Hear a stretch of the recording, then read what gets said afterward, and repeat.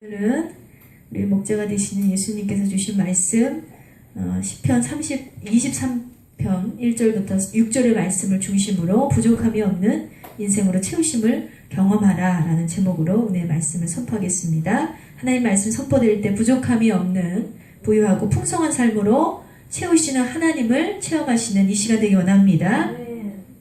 훌륭한 학자 아기바의 이야기입니다. 아기바는 어느 부잣집에 머슴으로 살던 중에 자신이 섬기는 주인의 딸과 사랑에 빠졌어요. 그래서 이 사실이 발각돼서 그 집에서 쫓겨나게 됐습니다. 그래서 그 집 주인 딸과 같이 쫓겨나서 둘이서 결혼식을 하게 됐는데, 아기바의 부인은 비록 사랑해서 결혼까지 하긴 했지만 이 남편의 무식함을 견딜 수가 없는 거예요. 머슴이었으니까 얼마나 무식했어요. 자기는 주인집 딸이었으니까 공부를 많이 했겠죠. 그래서 자신의 남편에게 이렇게 말합니다. 여보, 당신 아직도 늦지 않았으니까 지금이라도 학교에 가서 배우고 좀 지식을 좀 쌓으세요. 이렇게 얘기를 했어요. 그러나 아기바는 이미 나는 40이 넘었는데 나이가 내가 지금에서 공부한들 무슨 소용이 있으며 이 늦은 나이에 학업을 시작할 엄두도 나지 않는다고 극구 거절을 했습니다. 그 후에 계속 이 직업이 양치는 자였기 때문에 계속해서 양치는 일로 세월을 보내던 중 어느 날 목이 말라서 개울에 가서 엎드려서 물을 마시는데 눈앞에 바위를 가만히 들여다봤어요. 그랬더니 그 개울가에 바위를 보니까 물이 흘러서 떨어진 곳, 수십 년 동안 물이 흘러서 떨어진 그 바위의 틈새를 보니 푹 패어있는 거예요. 그걸 보고 이 아기바는 생각을 합니다. 비록 물 한 방울에는 힘이 굉장히 약하지만 오랜 세월 같은 자리 같은 모습으로 떨어졌더니 이 물방울의 힘이 이렇게 세월이 흐르니 이 바위까지도 깨트려서 이렇게 뚫을 수 있구나 라는 것을 생각하게 됐어요. 그래서 아기바는 이때부터 이제 자기가 공부를 하기 시작했어요.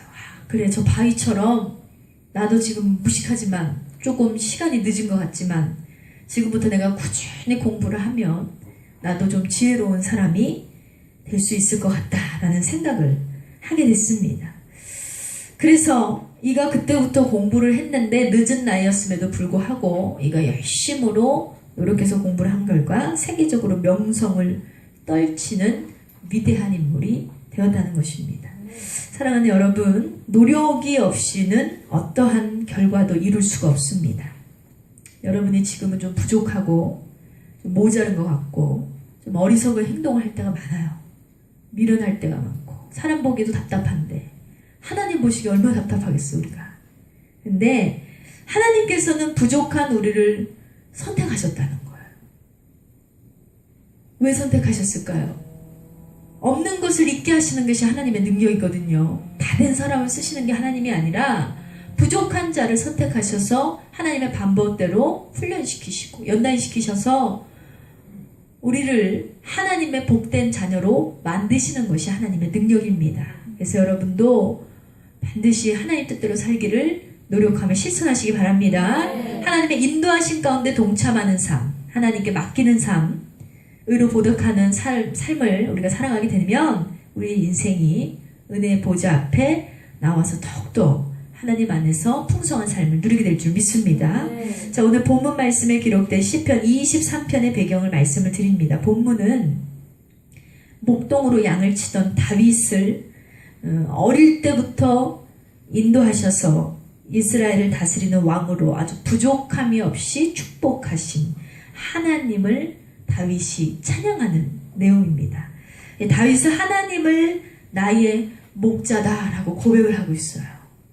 다윗은 목동으로 양치기를 했기 때문에 이 목자하고 양의 관계를 누구보다도 잘 알고 있었습니다. 그래서 목자와 양의 관계는요, 단순히 상하 종속 관계가 아니라는 것. 목자는 양의 안전과 평안을 보장하는 어떤 보호자가 된다는 것. 이것을 다윗은 사랑하는 일생 동안 아주 잘 경험하고 깨달았습니다.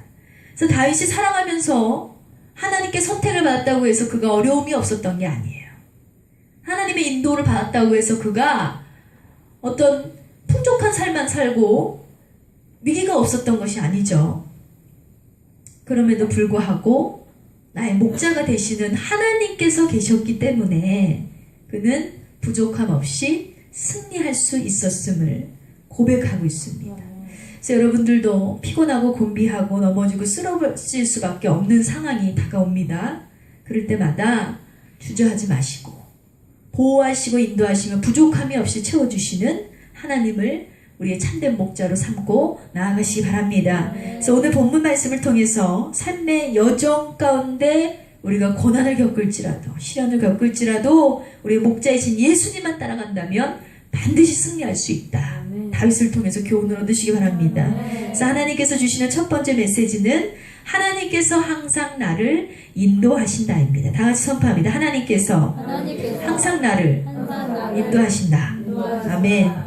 자, 2절부터 3절 말씀 봅니다. 그가 나를 푸른 풀밭에 누이시며 술만한 물가로 인도하시는도다. 내 영혼을 소생시키고 자기 이름을 위하여 의의 길로 인도하시는도다 했어요. 자, 하나님은 우리의 목자가 되시고 우리는 그의 양이라고 했습니다. 이 목자가 되신 하나님은 양이 목마르지 않도록 늘 쉴만한 물가로 우리를 인도하시는 거예요. 그리고 우리가 배고프잖아요. 굶주리지 않도록 배불리 먹을 수 있도록 푸른 초장으로 또 데리고 가셔서 우리를 한없이 풀을 뜯어먹을 수 있도록 인도를 해주시죠. 그래서 목자 없는 양은요, 자기가 어디로 가야 되는지 몰라요. 길을 잃고 헤매다가 양들은 절벽 밑으로 떨어지기도 합니다. 가시에 걸려서 넘어져서 상처투성이가 되기도 하고 이리떼에게 붙잡혀서 이리의 먹이가 되기도 합니다. 그러나 목자는 양을 떠나지 않고 참된 길로, 의의 길로 인도하는 것입니다. 그래서 생명을 얻도록 풍성히, 진리를 얻도록 풍성히 우리를 인도하시는 분은 우리의 목자장이신 예수님이라는 사실을 기억하시기 바랍니다. 우리의 영혼을 살리시고 우리를 의의 길로 인도하시고 또 우리의 삶을 아주 윤택하게 하시고 그분은 오직 예수님이라는 거예요. 그리고 예수님을 놓치면 어떻게 돼요? 여러분의 삶에 예수님을 놓치는 순간 나는 마귀의 종이 되었어. 이것이 절벽인지도 모르고 이것이 비탈길인지도 모르고 여기로 가면 어떤 웅덩이가 있는지도 모르고 우리는 한없이 헤매고 다니는 거예요. 이사야서 46장 10절에 보면 그들이 줄이거나 목마르지 아니할 것이며 더위와 볕이 그들을 상하지 아니하리니 이는 그들을 긍휼히 여기는 이가 그들을 이끌되 샘물의 근원으로 인도할 것임이라 했습니다. 할렐루야. 하나님은 자기 백성 이스라엘을 굉장히 지극히 사랑하셨어요. 사랑하는 이스라엘이 포로로 잡혀가서 고통당하는 것을 하나님 보시면서 너무 슬프셨다는 거예요. 결국은 그들을 구원하시죠. 목자 되시는 예수님이 굶주리고 목말라 하는 하나님의 백성들에게 생명의 근원이 되어주셨고 포로가 되어서 붙잡혀 있는 억눌려 있는 자들에게 자유를 주시고 흑암에 있는 자들을 빛으로 인도해 주시는 줄 믿으시기 바랍니다. 예수님께 인도받는 자들은요 사막 같은 삶을 살아갈지라도 그곳에서 꼭 우리는 먹을 수 있어요. 누릴 수 있어요. 잠잘 수 있어요. 평안할 수 있습니다. 낮에 해와 밤의 달도 나를 해치거나 상하게 할 수 없어요. 이스라엘 백성들에게 광야에서 생수를 주셨던 것처럼 우리의 목자장 되신 예수님께서 우리를 영원히 목마르지 않는 영생수로 마시게 하여 주신다는 것입니다. 요한계시록 7장 17절에 보면 이는 보호자 가운데 계신 어린 양이 그들의 목자가 되사 생명수 샘으로 인도하시고 하나님께서 그들의 눈에서 눈물을 씻어 주실 것임이라 했습니다. 여러분 어린 양이신 예수님께서 하늘로 승천하신 이후로 지금 어디 계세요? 하나님의 보호자 우편에 앉아 계심을 믿으십니까? 네. 보호자 우편에 앉아 계셔서 그분이 졸지도 아니하시고 주무시지도 아니하시고 우리를 늘 지켜보고 계세요. 여러분 우리는 사람만 속이면 된다고 생각하는 아주 야가 빠진 생각들이 있어요.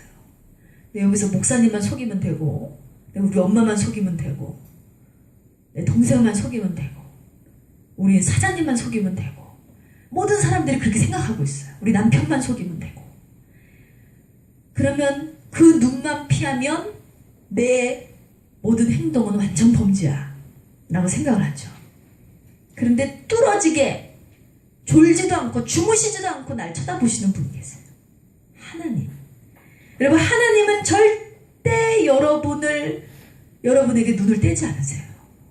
여러분이 하는 행동, 말, 모든 속임수, 거짓 다 알고 계시다는 거예요. 결국에 하나님은 진리의 영이시기 때문에 거짓을 드러나게 되시는 거예요. 밝히시는 거예요. 그래서 세상에 완전 범죄는 없어요. 20몇 년 전에 일어났던 사건도 어느 날 갑자기 계기가 되어서 그 사건을 다 들춰내기 시작하고, 이번에도 윤일병 사건이 일어나서 지금 이 땅에 국군 장병들이 받았던, 피 흘렸던 그 고통, 아무도 모르게 그들이 비참하게 죽을 수밖에 없었던 그 아픔, 10수년이 흘러난 지금에 다 그것을 밝히고 있어요. 어떤 계기가 되든지 간에 완전 범죄는 없어요. 그래서 지금 지금 국군 장병들이 난리가 났어요. 지금 그 상인들은 난리가 났죠. 다 목 날라가게 생겼어요. 그래서 그런 범죄를 은폐하고 속이고 감추고 뒤에서 몰래 아이들을 괴롭히고 스스로 목숨을 끊은 것처럼, 그들이 스스로 괴로워서 그저 적응을 못해서 자살한 것처럼 조작을 했어요. 알고 보니까 그들이 그냥 자기의 목숨을 그냥 끊은 게 아니에요. 그 불쌍한 우리의 청년들이 그렇게 죽을 수밖에 없었던 이유는 나를 괴롭히니까, 죽지 않으면 살 길이 없다고 생각하니까. 근데 지금 그런 은폐됐던 사실들이 다 드러나고 있잖아요. 무섭게 드러나고 있잖아요. 여러분, 여러분의 삶에서도 분명히 하나님이 다 보고 계십니다. 절대 사람은 속일 수 있으나 하나님은 속일 수 없다는 사실을 기억하시고 우리가 하나님의 뜻을 따라 살아가시기 바랍니다. 어린 양이신 예수님이 현재 보호자 우편에 앉아서 우리를 딱 지켜보고 계시다 했어요. 예수님의 인도함을 받는 자들은요, 이 땅에서도 부족함이 없게 인도를 받고 취업을 받고 공급을 받고 그렇게 살아갈 수 있어요. 그런데 역으로 어때요? 우리의 삶 가운데 어려움이 찾아온 이유가 뭘까요?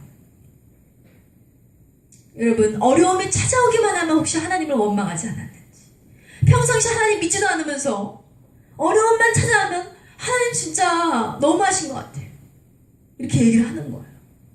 가장 무식한 사람들이 하는 얘기예요.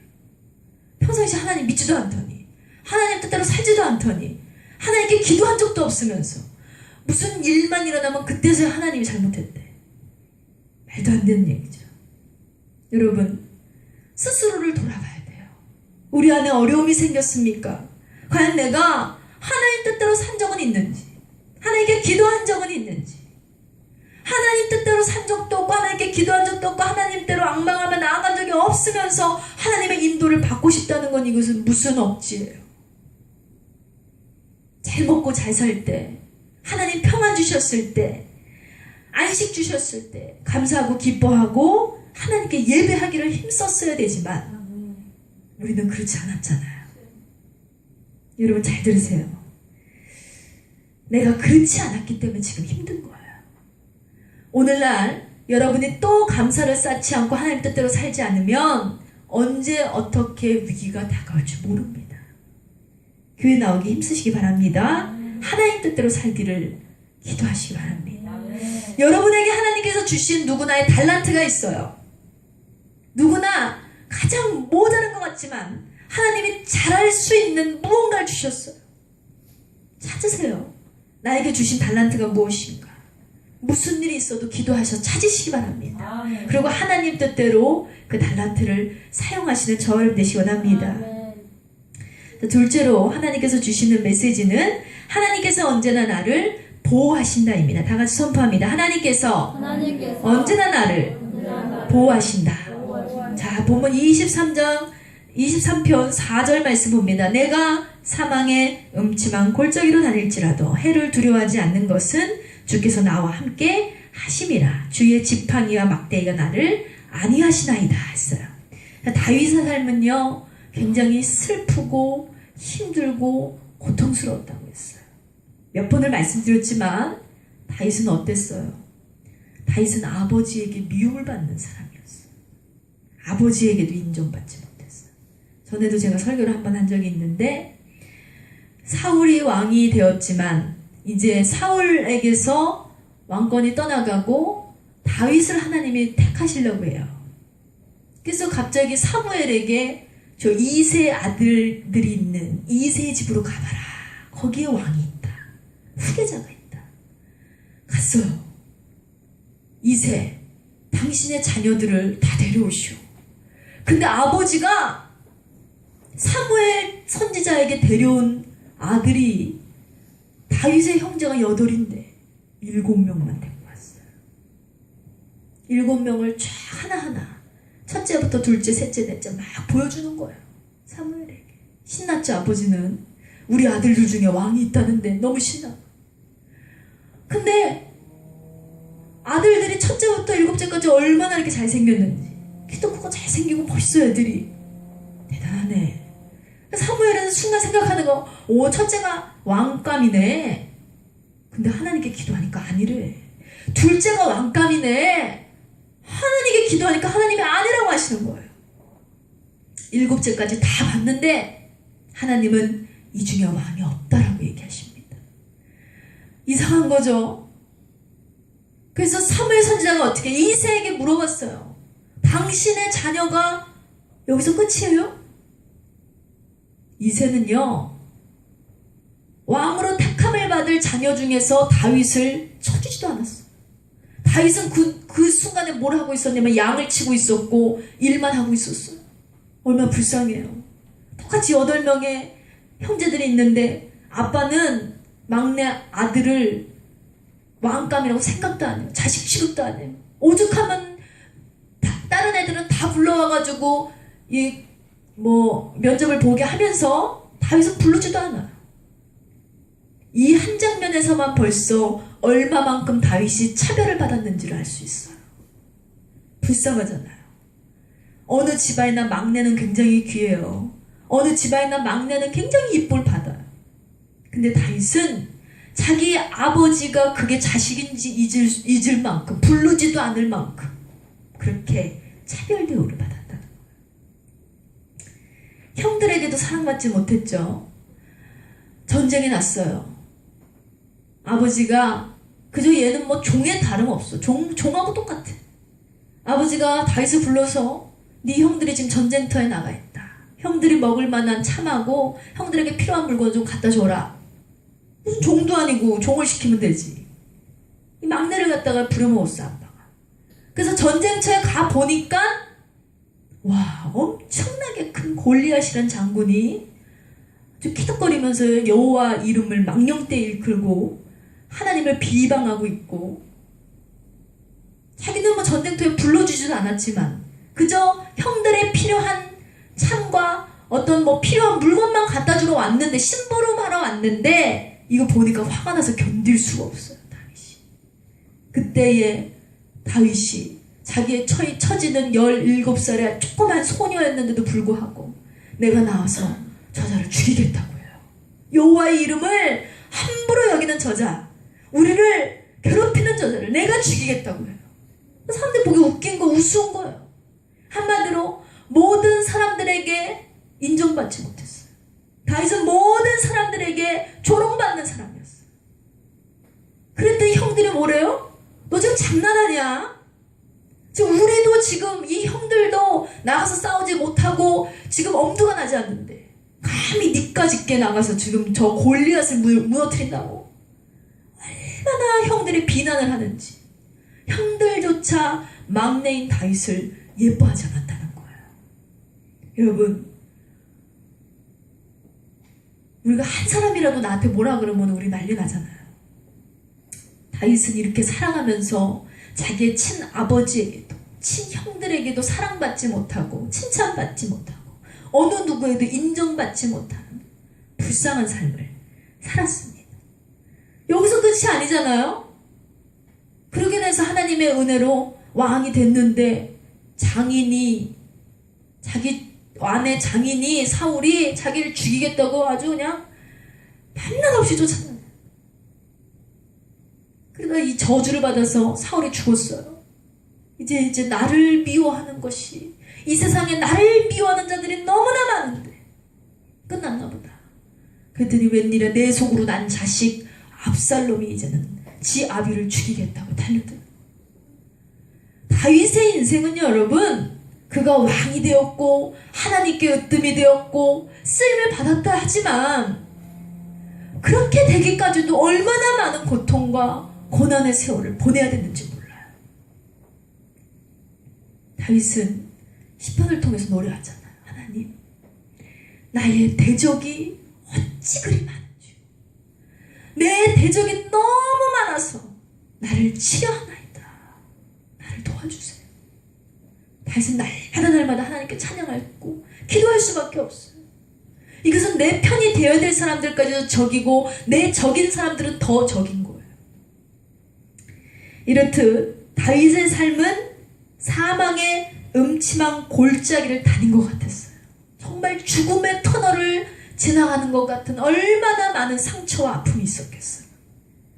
만일 다윗의 인생을 하나님께서 보호하시지 않았더라면, 인도하시지 않았더라면, 그는 날마다 죽이고자 하는 사람, 날마다 미워하는 사람 주변에 투성인데 해를 당하지 않았겠습니까?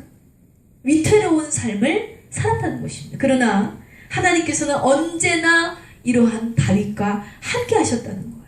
그를 지키고 보호해 주셨습니다. 베들레헴 골짜기에서 양치기 할 때에도 하나님께서는 커다란 곰과 사자가 나타나도 다 그를 보호해 주셨기에 그 사자의 입을 찢고 곰을 쳐서 엎드려뜨리면서까지 그는 용기 있게 싸웠다는 거예요. 비록 이 블레셋과의 전쟁에서도 하나님이 함께 하시지 않았다면 어떻게 물맷돌 5개로 골리앗을 무너뜨릴 수 있어요? 칼로도 창으로도 안 되는 골리앗을. 그렇지만 하나님은 승리하게 하셨죠. 비록 여러분 사망의 음침한 골짜기를 여러분이 걸어가신다 할더라도, 사방이 나를 우겨싸고 대적하라 한다 하더라도 여러분이 믿음만 있으면 이길 수 있다는 것입니다. 하나님께서 나의 목자장만 되시면 돼요. 하나님께서 그의 지팡이와 막대기로 나를 인도해 주시기만 하면 우리는 언제나 승리하며 살 길로 나아가게 될 줄 믿습니다. 여러분, 우리가 믿는 하나님은요, 우리를 권능의 팔로 꽉 붙잡기를 원하세요. 결국 그것을 거부하는 건 우리죠. 하나님은 나를 도와주시길 원하고 나를 붙잡으시길 원하고 나를 보호하시길 원하는데 하나님 뜻대로 살지 않고 하나님 원대로 살지 않고 하나님 말씀대로 살지 않고 하나님의 명령에 지켜 행하지 않으면 하나님 어떻게 우리를 도와주시겠습니까? 우리의 목자이신 하나님은 여러분 기억하세요. 졸지도 않고 주무시지도 아니하며 여러분은 불꽃과 같은 눈동자로 보호하신 줄 믿으시기 바랍니다. 다니엘서 6장 22절에 보면 나의 하나님이 이미 그 천사를 보내어 사자들의 입을 봉하셨으므로 사자들이 나를 상해하지 못하였으니 했어요. 하나님은 다니엘에게도 은혜를 베푸셨죠. 포로 생활 중에 총리가 되는 기적이 일어났어요. 거기서 이제 행복의 시작인 줄 알았어요. 근데 다니엘을 시기하는 사람들, 어디서나 나를 괴롭히는 사람들, 나를 시기하는 사람들, 미워하는 사람들이 있어요. 다니엘을 시기하는 사람들이 다니엘을 모함하고 그를 옥에 가두고자 했어요. 그랬기 때문에 그들이 꾀를 냈어요. 어떻게 하면 다니엘을 좀 왕의 눈에서 벗어나서 저가 총리가 됐는데 저를 갖다가 죽일 수 있을까? 40일 동안 누구든지 왕 외에 다른 일을 경외하면 사자굴에 넣기로 했어요. 40일 동안 주일이 몇 번 있을 것 같아요, 여러분? 주일 40일이면 거의 한 달하고 열흘이잖아요. 한 5번은 있겠죠. 근데 다니엘은 또 주일만 성수하는 자가 아니었어요. 매일매일 하나님께 기도하는 사람이었어요. 다니엘은 이 사실을 알았어요. 40일 동안 내가 왕 외에 다른 이에게 절을 하거나 기도하거나 경배하거나 하면 나는 사자굴에 들어가는 거야. 여러분 같으면 어떻게 선택하시겠어요? 기도 안 하겠지. 그냥 내가 살려고. 내가 잡혀가서 죽게 생겼는데 왜 기도를 해? 근데 다니엘은 어땠어요? 이 사실을 알고도 전과 같이 기도하기를 멈추지 않았다는 거예요. 기도의 사람 다니엘에게는요, 어떤 이유도 환경도 조건도 기도를 멈추게 할 수 없었다는 것입니다. 그는 어떤 상황에서도 하나님을 신뢰했어요. 하나님의 뜻대로 살기를 원했다는 거예요. 결국 다니엘은 그들의 모함대로 사자굴에 던져지게 됐습니다. 다윗은 말 그대로 이 사무엘은 말 그대로 그랬어요. 내가 이렇게 기도하다가 사자에게 잡혀먹어도 할 수 없어. 이게 하나님의 뜻이라며 그냥 이렇게 돼야지 뭐. 생각을 했어요. 각오를 했다는 거예요. 그 마음을 누가 아셨을까요? 하나님이 아셨죠. 결국 무서운 사자들이 막 굶주렸어요. 며칠을 굶고 그들이 입을 벌리고 다니엘을 먹으려고 했을 때, 그때 하나님이 천사장들을 쫙 보내서 사자들의 입을 봉해 주셨다는 것입니다. 하나님을 신뢰한 다니엘은요, 결국 그들의 원대로 시기하고 자기를 모함했던 나쁜 사람들의 원대로 사자굴에 던져졌으나 다니엘은 머리털 하나도 상하지 않고 살아서 돌아오게 됐다는 것입니다. 여러분, 하나님께 간구하는 자는 절대적으로 하나님께서 보호하시고 지키신다는 사실을 기억하시기 바랍니다. 여러분, 사람 두렵고 세상이 두렵고 뭐 가족이 두렵고 그래서 나는 예배할 수 없고 교회 다닐 수 없고 뭐 때문에 그렇고 상황이 그렇고 환경이 그렇고 그거 말할 수가 없다는 거예요. 다니엘 보세요. 너 기도하면 사자굴에 쳐넣을 거야. 그래, 쳐넣어. 그러고 기도하러 나왔잖아요. 근데 사자굴에 들어갔으나 사자들이 그를 먹지 못했다니까요. 이러한 기적을 이루시는 분이 하나님이세요.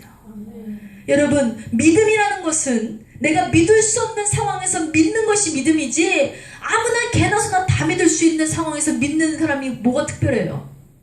믿을 수 없는 상황을 믿음으로 나가는 것, 그것이 진짜 믿음임을 기억하시기 바랍니다. 세 번째로 하나님께서 주시는 메시지, 하나님께서 나를 부족함이 없게 채우신다. 다 같이 선포합니다. 하나님께서 나를 부족함이 없도록 채우신다. 아멘.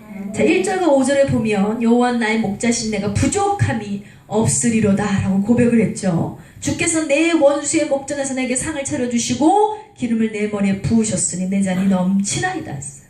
다윗은 수많은 시련과 아픔의 세월을 경험해야 했다고 했습니다. 도망자의 삶을 살기도 했고 전쟁 위험에 가운데 있기도 했고 그때마다 하나님께서 목자가 돼서 도와주셨죠. 부족함이 없게 해주셨어. 환난을 명쾌하셨고 곤핍중에 풍요롭게 하셨고 은혜를 베풀어 주시고 모든 것이 합력하여 선을 이룰 수 있도록 이루어 주셨습니다. 힘들고 어려운 자신의 삶의 모든 순간마다 하나님 다 도와주셨어요. 수많은 대적들과 전쟁에서 승리도 하게 하셨잖아요. 포로로 붙잡혀온 대적들 앞에서 하나님께서는 승리자를 위한 풍성한 상도 차려주셨습니다. 하나님이 기름 부으셔서 원수들 앞에서 가장 존귀한 자로 그를 세워주셨습니다. 그리고 하나님께서 말씀하시기를 다윗과 같이 내 마음에 합한 자가 없다 이렇게 얘기하셨어요. 하나님이 너무 만족하는 자였어요. 다윗과 같은 자가 없어. 다윗처럼 내 마음에 합한 자가 없어. 하나님이 그렇게 말씀하신 거예요. 여러분, 다윗의 믿음을 본받으시는 저와 여러분 되시기 원합니다. 하나님이 여러분을 지켜주세요. 보호하실 것입니다. 하나님 믿기만 하면, 하나님 뜻대로 살기만 하면, 어떠한 어려움이 있어도 하나님 원대로 따라가기만 하면 하나님께서 부족함 없이 여러분의 삶을 채워주실 줄 믿습니다. 요한복음 10장 9절 말씀에 보면 나는 내가 문이니 누구든지 나로 말미암아 들어가며 구원을 얻고 또 들어가며 나오며 꼴을 얻으리라 했어요. 들어오든지 나가든지 하나님께서 우리에게 꼴을 얻을 수 있는 어떤 양식을 얻을 수 있는 복을 얻을 수 있는 기회를 주신다는 거. 누구에게? 하나님을 믿고 따르는 자들에게, 여호와 하나님을 믿고 신뢰하는 자들에게. 그래서 예수님께서는 여러분이 양이라면 예수님은 여러분의 목자가 되어주시고 양의 문이 되어주시고 목자의 인도함을 받는 양은 부족함이 없도록 채워주신다는 것입니다. 들어가도 복을 받고 나가도 복을 받고 풍성한 복을 하나님께서 공급해 주신다는 거예요. 여러분, 우리는 어느 누구도 우리의 미래를 예측할 수가 없어요. 지금 우리가 어려움을 겪을 때가 있잖아요. 여러분, 한 5년 전만 타임머신 타고 5년 전으로 한번 돌아가 봅시다. 지금 내가 이런 상황을 겪을 줄 알고 있었던 사람 손 들어보세요. 없잖아요. 직접 때문에 좀 어렵고, 우리 영한 또 물질 때문에 좀 어렵고, 뭐 이런 거 있죠? 이런 어려움을 내가 5년 전에 나 분명히 그때 어려울 거야 하고 지금 생각해가지고 이렇게 된 사람이 있어요? 없잖아요. 그렇지 않았더라면 뭔가 대처를 했을 거야. 우리가 미래를 알았다면 뭔가 그런 일이 일어나지 않도록 계획하고 대처하고 손을 쓰고 뭔가 방도를 취했겠죠. 근데 우리는 모든 삶이 마찬가지. 모든 삶이 마찬가지. 내가 지금 이런 고통을 겪었을 거라고 상상도 못했어요. 내가 지금 이런 어려움을 당하고 내가 누군가에게 이렇게 멸시를 받고 누군가로부터 내가 핀잔을 듣고 내가 이런 실수를 하고 이런 상황을 만나고 내가 이럴 거라고 상상도 하지 못했어요. 미래를 아무도 예측할 수가 없다는 거예요. 내 미래가 이럴 것이다. 소원함은 있죠. 내가 한 10년 후에는 정말 좋은 사람이 되었어. 하나님 일도 많이 하고 부자가 되고 뭐 어쩌고 소원은 많죠. 그런데 그런 소원에 완벽하게 이루는 자들이 없다는 거예요. 근데 하나님께서는요 달라요. 하나님은 여러분 각자를 다 만드셨어요. 여러분을 만드실 때 그냥 어머니의 태 속에서 잉태께 생명만 주신 것이 아니라 여러분의 인생을 처음부터 끝까지 다 계획을 해놓으셨어요. 그 때문에 여러분을 누구보다 잘 아시는 분은 하나님. 여러분의 인생을 누구보다 잘 아시는 분이 하나님이에요. 그렇기 때문에 여러분, 하나님은 우리의 인생 전체를 바라보고 계세요. 내 미래를 알고 계신 분께 내 인생을 맡기시는 것이 가장 지혜로운 거 아닙니까? 내 인생의 미래를 나도 알 수 없으면서 내 인생을 내가 책임지겠다고 해서 지금 이렇게 실수가 일어나고 고통이 일어나고 아픔이 일어나고 그렇게 되는 거 아니에요. 그래서 하나님께서는 이스라엘 백성들에게 광야에서 40년 동안 너희들이 방황하게 될 것이다. 그걸 미리 아셨어요. 아셨기 때문에 40일 동안 그들이 살면서 그들에게 만나를 주시고 때때로는 메추라기를 주시고 그들이 굶주리지 않도록 하나님께서 늘 채워주셨다. 얘들이 사막에서 사는데 물이 어디 있어? 물이. 하나님은요 이들이 목마르지 않도록 반석을 깨서 그 반석 틈에서 물이 나게 하셨어요. 마라에 쓴물이 막 있는데 그 쓴물을 단물로 변화시켜 주셔서 이들이 먹을 수 있게 해주셨어요. 하늘에서 막 메추라기가 떨어지고 막 빵이 떨어지고 40년 동안 그들이 광야에 살면서 사막에서 무슨 옷감이 있어요.